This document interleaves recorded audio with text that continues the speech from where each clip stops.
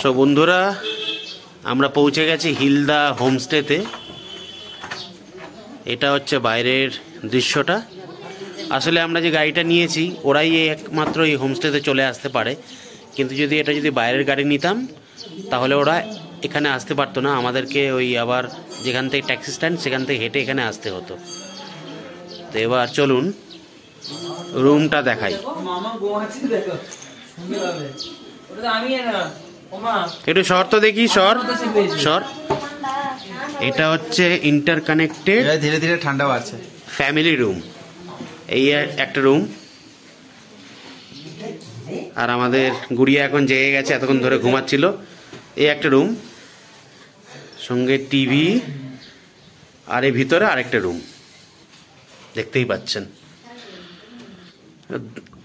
মানে প্রথম লুকে দারুণ লাগছে, কিন্তু দারুণ।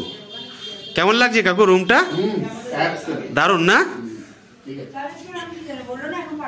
দেখতেই পাচ্ছেন। আপনারা যদি রান্না করে খেতে চান তারও একটু ব্যবস্থা আছে মোটামুটি। এক্সট্রা পিলো টিলো দিয়ে দিয়েছে।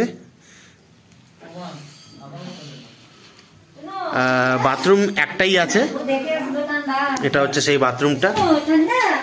সুন্দর এখানে বসার জায়গা। এই হচ্ছে বাথরুম।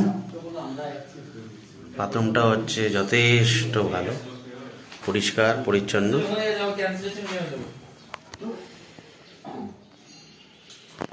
এই হচ্ছে আমাদের দার্জিলিংয়ে মোটামুটি 3 দিন থাকার।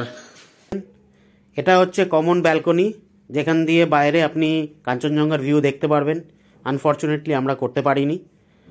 আপনি যদি ট্যারিফের কথা বলেন তাহলে ট্যারিফ প্রত্যেক দিন 4000 টাকা করে পড়েছিল, যেহেতু ফ্যামিলি রুম। যদি আপনারা এটাকে ডাবল বেডরুম হিসাবেও নেন তাহলে আপনার এটা 2000 টাকা করে পড়বে।